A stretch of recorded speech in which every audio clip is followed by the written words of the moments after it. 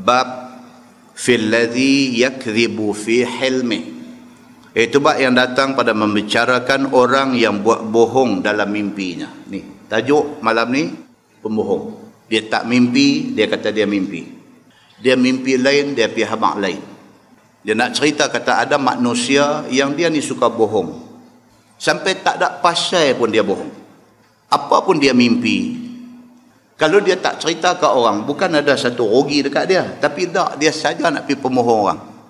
Ada manusia, dia bohong apabila dia tersepit, dia bohong. Tapi ada manusia, saja-saja pun bohong.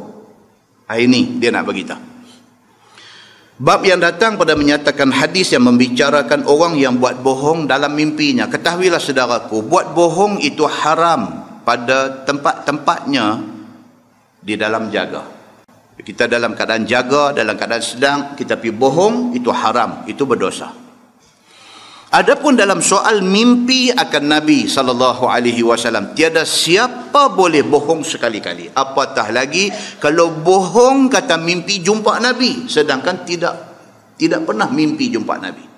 Ada orang dia rasa bila dia habaq kata dia mimpi jumpa Nabi, dia rasa macam satu tasyrif, dia rasa macam satu kemuliaan.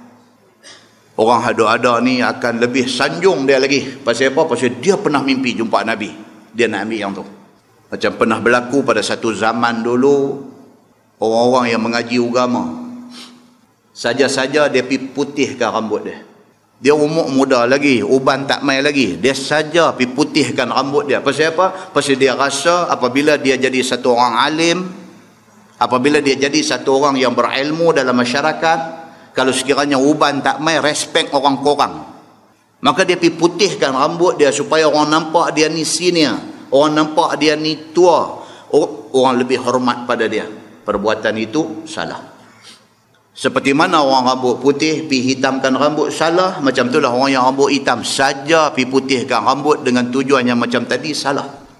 Dia tak sabak tu, dia tak ada sabak dalam hati dia nak pergi duduk pada kedudukan dihormati tu. Dia rasa lambat, awak aku ni lambat tua kan. Pasal orang duk kata kat dia ni ustaz-ustaz muda ni karut tak boleh pakai. Dia tak boleh dengar yang tu. Dia pergi selek bagi putih, bagi orang nampak dia tu. Sama dengan kisah mimpi jumpa Nabi. Dia tak pernah mimpi pun, tapi duk cari jalan. Macam mana nak bagi orang respect aku? Macam mana nak bagi orang hormat aku? Macam mana nak bagi orang sanjung aku? Macam mana nak bagi orang puja aku? Dia buat keluar main cerita ni. Saya ni dia kata bukan nak kata. Boleh kata tiap-tiap bulan duk mimpi jumpa Nabi. Oi. Tiap bulan. Muslimin dan muslimat yang dirahmati Allah sekalian. Kan berlaku benda ni tuan-tuan, dalam masyarakat kita berlaku. Dia duduk dengan pengikut-pengikut dia. Dia habaq kat pengikut dia, dia kata tolong jaga adab, tolong bersopan. Dia kata kerana Rasulullah SAW ada bersama dengan kita. Tuan-tuan heran ke kalau dalam masyarakat kita ni ada ajaran sesat dan ada pengikut dia? Heran ke? Tak payah heran. Harun mengaku jadi Tuhan, orang ikut. Tu dah kata mengaku jadi Nabi, mengaku jadi Tuhan tu ada orang ikut. Dan yang ikut ni bukan orang tak mengaji sekolah, yang ikut ni dengan kereta mewah. Tu saya heran kalau buat mai satu ajaran pelik, buat mai satu ajaran yang luar biasa. Luar biasa ni dinilai dari segi apa tuan-tuan? Dinilai dari segi Quran dan hadis. Benda hak dia bawa mai kat kita tu, tidak pernah kita jumpa satu hadis pun cerita suruh buat lagu tu. Hak tu dia bawa mai kat kita.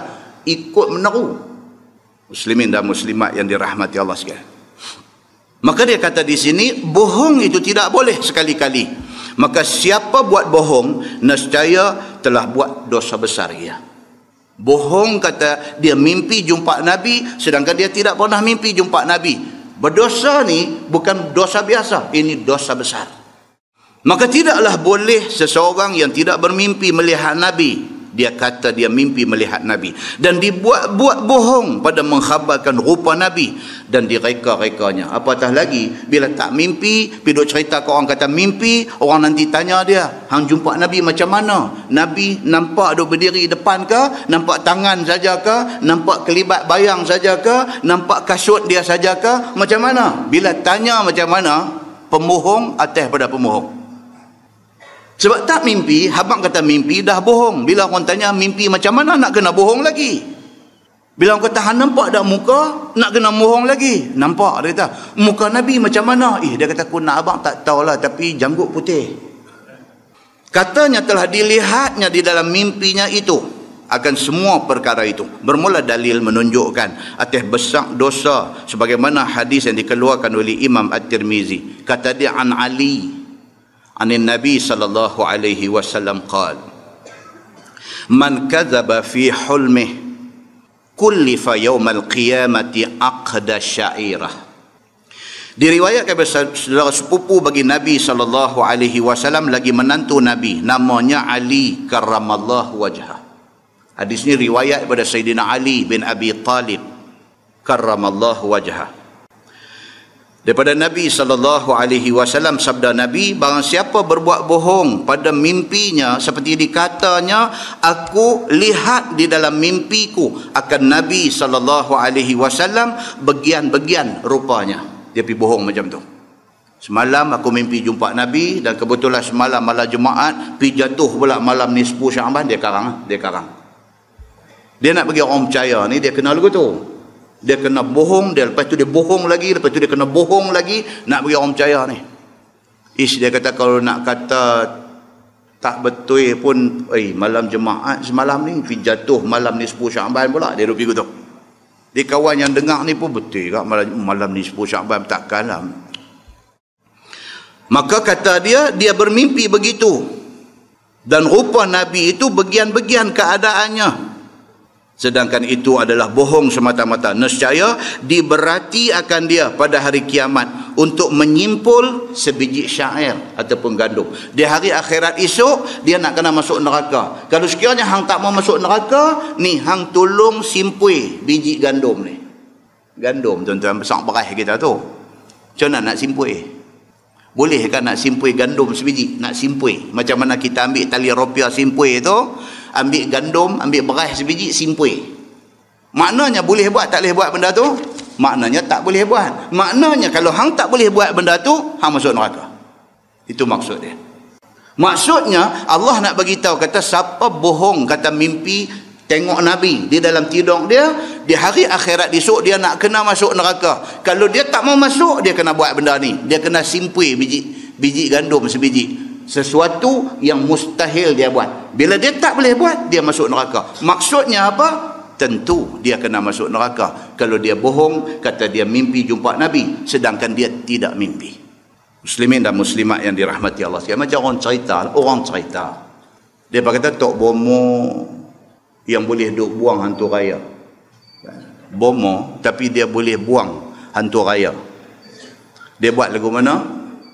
Dia ambil telur rebus, dia bawa hantu raya yang duk kacau kawan ini, bawa pergi di satu tempat. Dia kata kat hantu raya tu, hang tunggu sampai telur ni menetas. Telur rebus boleh menetas ke? Tak boleh menetas. Makna dia apa? Makna dia hantu raya tu tak balik dah lah. Kat tuan dia duk tunggu telur tu, tunggu sampai kiamat. Konon orang cerita macam tu. Tok Bomo ni dia boleh buat lagu tu. Telur rebus dah bawa pergi, dia kata hang tunggu sampai menetas telur ayam, baru hang balik kat tuan hang. Dia pun kata, baik tuan. Tunggu tuan tu, tunggu terus lah, tak balik dah. Macam inilah halnya.